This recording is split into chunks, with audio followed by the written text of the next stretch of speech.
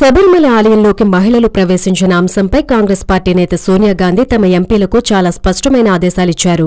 మహిళల ప్రవేశాన్ని నిరసిస్తూ ఆ పార్టీకి చెందిన ఎంపీలు ఇవాళ పార్లమెంటులో నల్ల బ్యాడ్జీలు ధరించి నిరసన వ్యక్తం చేయాలని భావించారు. కానీ సోనియా గాంధీ ఆ ఎంపీలను అలా చేయకుండా నివారించారు. కేరళలో జరుగుతున్న బ్లాక్ డే ఆందోళనకు నిజానికి ఎంపీలు సంఘీభావం తెలపాలని నిర్ణయించుకున్నారు. కానీ సోనియా ఆ అంశంపై ఓ స్పష్టమైన వార్నింగ్ ఇవ్వడంతో వారు వెనక్కి తగ్గారు.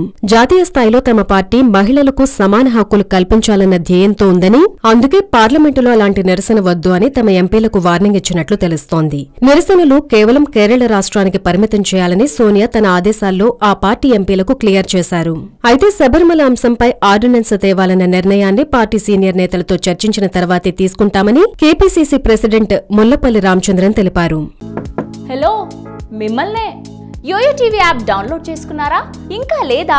మీ యాప్ స్టోర్కి వెళ్ళి వెంటనే డౌన్లోడ్ చేసుకోండి.